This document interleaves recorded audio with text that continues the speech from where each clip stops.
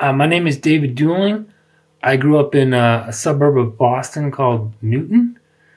I work as a data scientist at RS21, which is an acronym and stands for Resilient Solutions for the 21st Century. So you want to shorten that to RS21. And that has multiple offices. I work in the Albuquerque, New Mexico office. So part of the fun of it is that every day is quite different, and every project is quite different. But you can break it up into sort of two distinct types to some degree. One is helping customers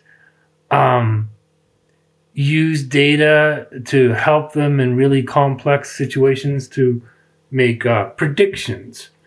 So like right now I'm helping a client classify X-ray images into different types. So that's very fun and challenging. Another sort of type of customer has a bunch of data that they're not necessarily looking to use to make predictions.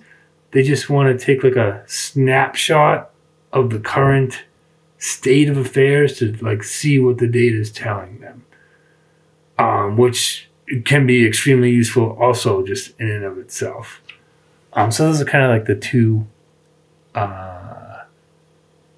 main types of problems that clients have. Pre-high school, growing up in the 70s, right? There was a British television show called Doctor Who. You can look it up on YouTube. Very funny, but all about fantasy, outer space, Time Lord, Traveler, all this kind of stuff. So that got me all jazzed up to study physics. And so that was really an inspiration to do that. But also, I love just reading literature and stuff like that. But that was really the main driver to do something quantitative, was a British television show, frankly. So from there, and this is kind of funny / embarrassing. I went to grad school, PhD in particle physics. Spent summers at Fermilab, all this kind of stuff.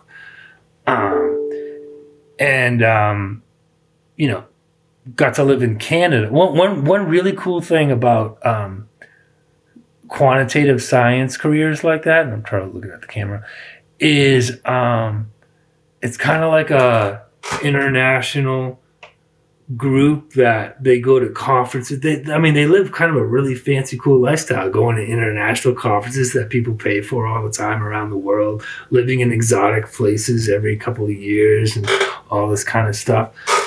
So I was fortunate enough to live in Montreal for a year, doing like cosmology research.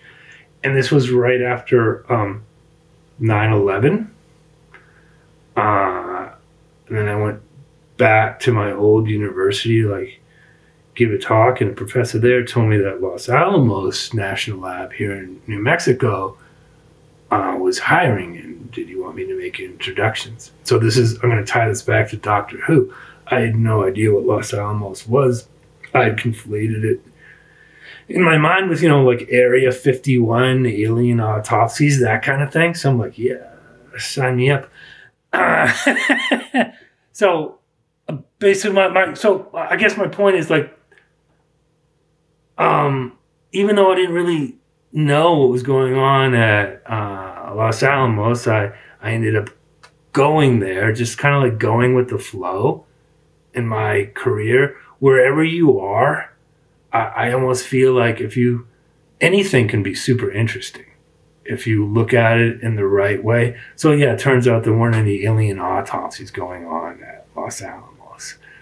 Disappointing, yes, but still, fascinating. I very value much, my time there, worked with some incredibly smart people, learned a lot of fascinating things. And then again, sort of with that go with the flow theme, there was a spin-off company from there that started a quantitative intelligence company out in the Washington, D.C. area. So I just went with the flow and did that. And that's kind of where I actually sort of transitioned from physical sciences to sort of data science problems, where the problems are more social or human directly centric problems. My junior year English teacher, very famous guy at my high school, was the football coach, but taught all like the nerdy kids too in the English class. And so English is kind of like weird because it's so personal, right? Look at assignments like talk about this, that, and you're like, what? But so he had an exercise he did every year where he made everybody write a note to themselves, like this like serious note, which kind of prompts self-reflection about like what you want to do, all that. It's very explicit, and it's a testament to the efficacy of the exercise that I remember it, right? And I already referenced it here. I realized I wrote in that note like I wanted to study physics, and because I had to self-reflect and think about, well, what do I do all the time? I watch Doctor Who, like outer space, how great, right? So that's where in my mind I realized, okay, now I need to take action, right? I hadn't studied any physics or anything yet. So I took the AP physics class without having taken physics. Not very, a little dangerous and risky, right? And then got discouraged because it was hard, very hard. And I was all set to drop out. But the physics teacher, I just randomly ran into him like in the stairwell one day. And I said, I think I'm going to drop out. And he's like, no. And he was like super encouraging.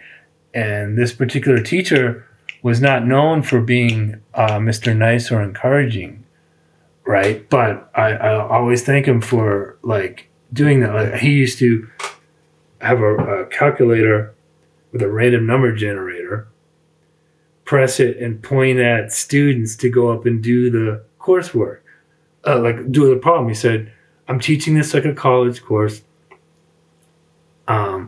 I assume you can read. And that's another lesson I got from him. You don't have to wait for a teacher to teach you something. You can go ahead and learn on your own as much as you want. So he did teach it like a college course. And then I realized, okay, you have the power to own your education. You can, if you really want to do it, there's all this formal knowledge it's called out there in books and on the internet now. And Kaggle is a great resource for people interested in machine learning and things like that. And there's nothing stopping you from learning that formal language. There's formal knowledge out there. There's something else called tacit knowledge, which you acquire by being around your peers in school and in businesses. And that, merger is really powerful, but you have complete control over learning as much right now of that formal knowledge.